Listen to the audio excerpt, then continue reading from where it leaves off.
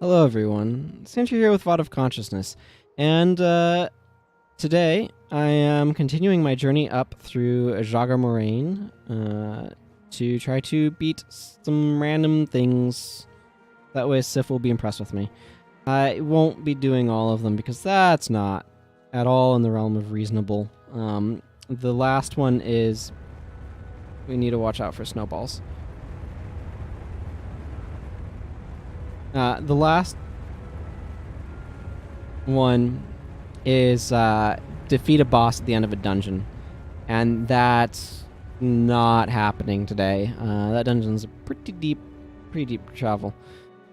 We have to be very careful here of Whiteout because it is indeed an elementalist boss and will deal a lot of damage to us if we are not careful.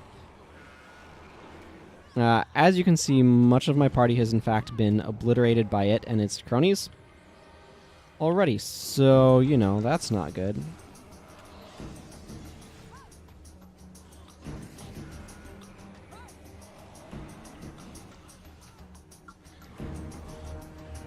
So I'm going to spend a moment here just kind of focusing on trying to get this boss down while I still have a party of me. Cool, got it. Great. That's gonna work. I'm gonna go down now. We got the boss, that's the important part. We'll just resurrect at the nearest shrine. Probably not that one, probably that one. I don't think we've activated that one. I don't think I got close enough for that. Yeah. Let's see, I need to defeat Avar the Fallen. Okay, he's... So that up there would lead to the Sepulchre of Dragomar, but we're not going over there. We're going over this general direction, I think it is. Let me check the map. Over there or up there? I think it's over this way. Been a while. So I changed the file type to FLV, and things, hopefully the video turned out okay. It is a larger file type than the MP4 that I was encoding stuff to before, but, you know, that's how it goes, I suppose. The whiteout just had a lot of elementalist damage going on, by the way, so it just kind of wrecked us. That's okay, though. I managed to defeat the boss, and get the important bits of that taken care of. Is he... Now I'm trying to remember if he's up there. And I'm getting confused with someone else. I think he might be, so I'm gonna go over there. I think this is a Sepulchre of Dragomar. I don't remember. It's been a long time since I've been up this way.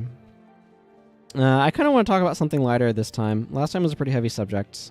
But I'm not sure what I feel like talking about just yet. So maybe I'm going to have to go over and bring up my random list of stuff. Trying to decide. I don't know. I'll talk about... Yeah, I think it's up there that I need to go for this guy. I'll talk about... Actually, the Great Designer Search 3. I'll talk about that. So this is a thing that Wizards of the Coast has run twice before, as you might guess by the name 3. It's the third one. The Great Designer Search is just kind of like a design game show that they run to find new designers for Magic the Gathering. I think maybe like the top 3 get to come in and have like some internship stuff. I don't remember the exact nature of it, but it's something that I've been watching. Watching's not an incorrect concept, but it's the wrong term, I think, for conveying what I mean. It's something that I've been paying attention to. It is, yeah, there's Avar the Fallen, so I was right. But because it's like mostly text. But one of so the process has design challenges that the designers submit cards for. It started off with some elimination stuff with like an essay, and Wow, this is a lot of minions. Okay. Now, I should be fragilitying here.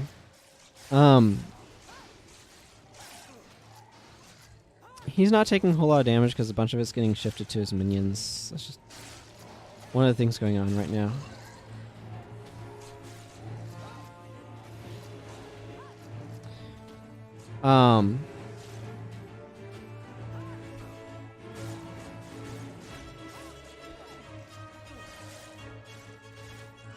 Remembering how that skill works anyway.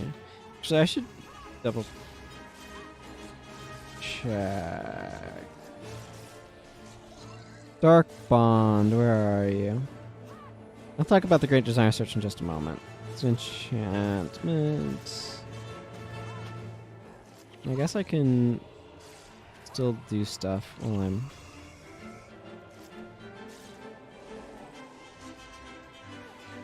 Yeah, Dark Bonds. Should be in here somewhere, shouldn't it? Oh, it's probably under Blood Magic. Yeah. Whenever you receive damage, your closest minion suffers 75% of that damage for you. So, it was shifting damage from him to his minions. But anyway, so the Great Designer Search, as I was saying, it's really been quite interesting. So they had an initial challenge that they had to do, or a bunch of people submitted cards for, and then there's a cut to top 8, and then there's been these individual challenges. So the third one recently came out for me, so it's been like a week for this, and change, because of when I'm recording things. But the long story short, I have really been enjoying it because it's been a very intensive lesson on game design and designing for Magic the Gathering for card games, and what things the designers at Wizards of the Coast have to consider and keep in mind when they're making cards, making mechanics, things like that. It's been extremely educational in that regard, and I've been really appreciating that.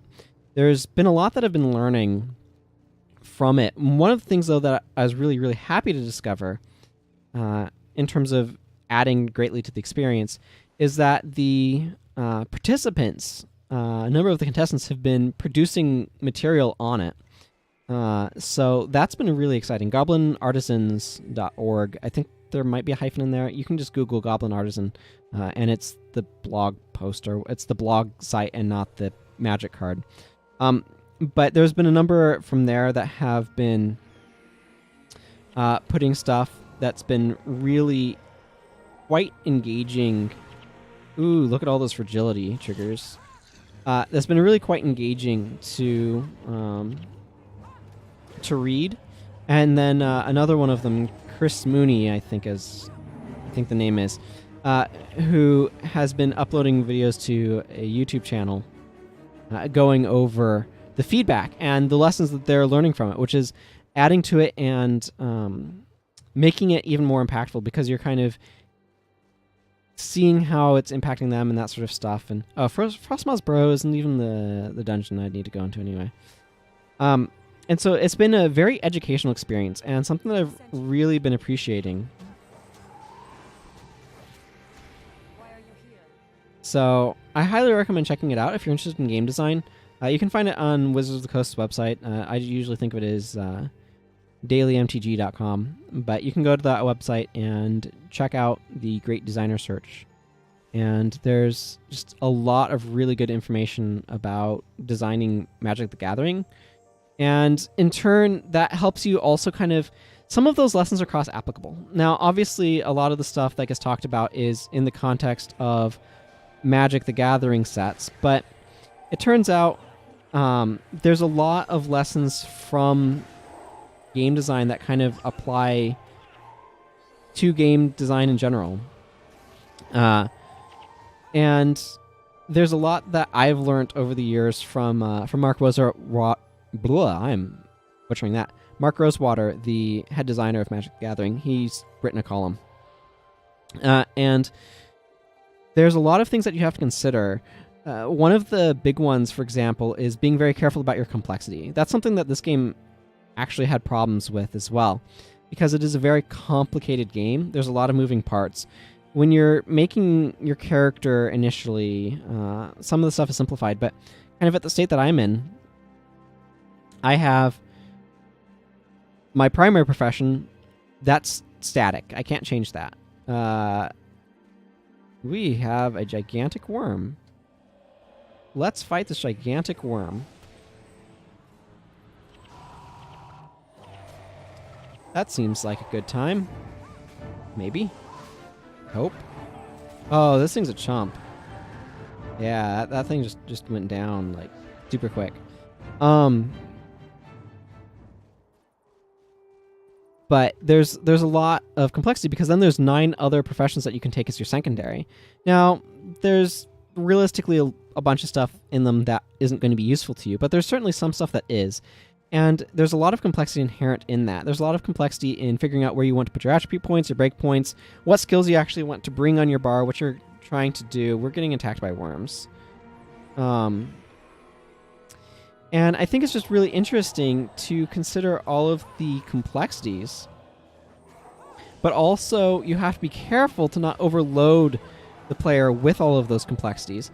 Because if you're not careful, you will overload them, and then they won't know what to do or how to handle it, or they'll make really bad decisions. There's a really good example, actually, that I can point out really quickly. Yeah, Jamie's Gaze, or, I mean, just straight heal other, which is this right here. It's the same skill. But this, as you see, it heals target other ally for a huge pile of health. 141 health. You can see our health bars. This is 614 health. 141 health is a lot of health. So that seems like it's a really strong skill, doesn't it?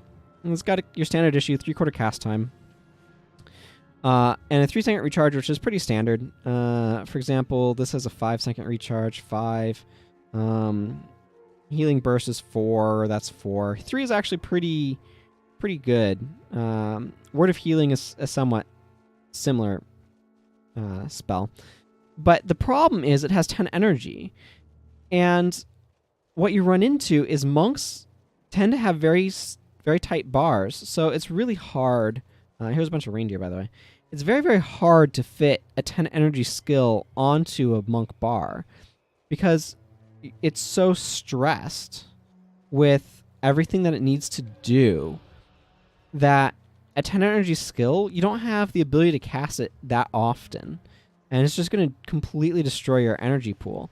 So it seems really good. It seems like a superbly powerful skill.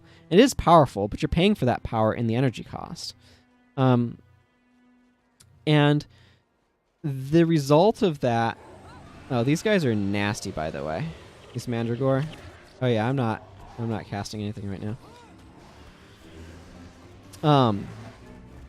But anyway, as I was saying, the result of all of that complexity is, and things like that, is it's very easy for a skill to look powerful, but actually be kind of bad.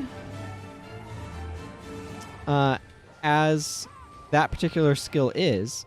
And the problem that you run into is new players will pick out a skill that seems like it's really good but is actually bad and make use of it, and have a harder time at the game because of it.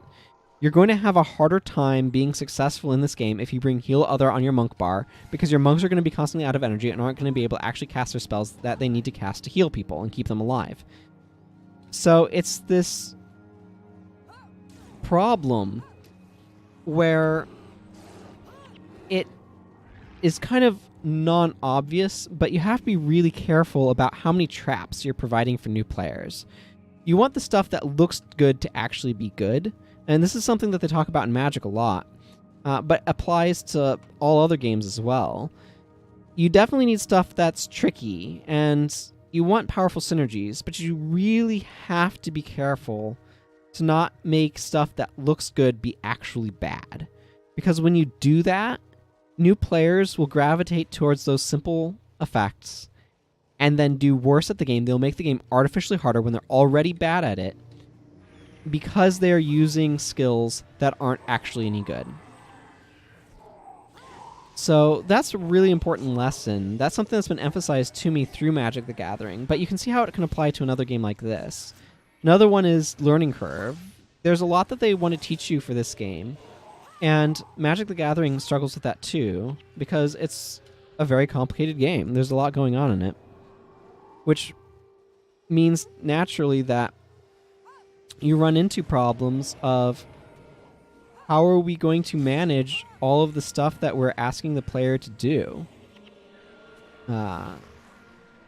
So it's just, there's a lot of considerations to make, and there's a lot that you can learn from other games that might be outside like what you prefer. But knowing about what goes on in them, what problems they face, can also help you too with whatever you might be doing.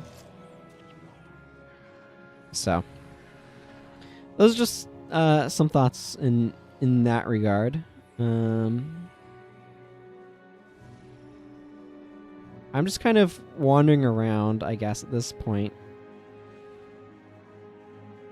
So, but yeah, so I've been learning a lot from the Great Designer Search. That's just general design stuff, but also kind of significantly useful things. That was unfortunate timing, but whatever. I kind of want to go to the Bjorn marches over here. We don't actually have a whole lot more time today for random wandering around, unfortunately. But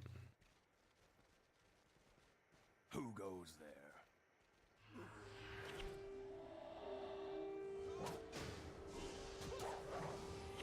Who sent you? Because what I'd actually need to do for this is I'd need to journey all the way over to here, and I don't have time for that. So we'll just go ahead and wrap up here.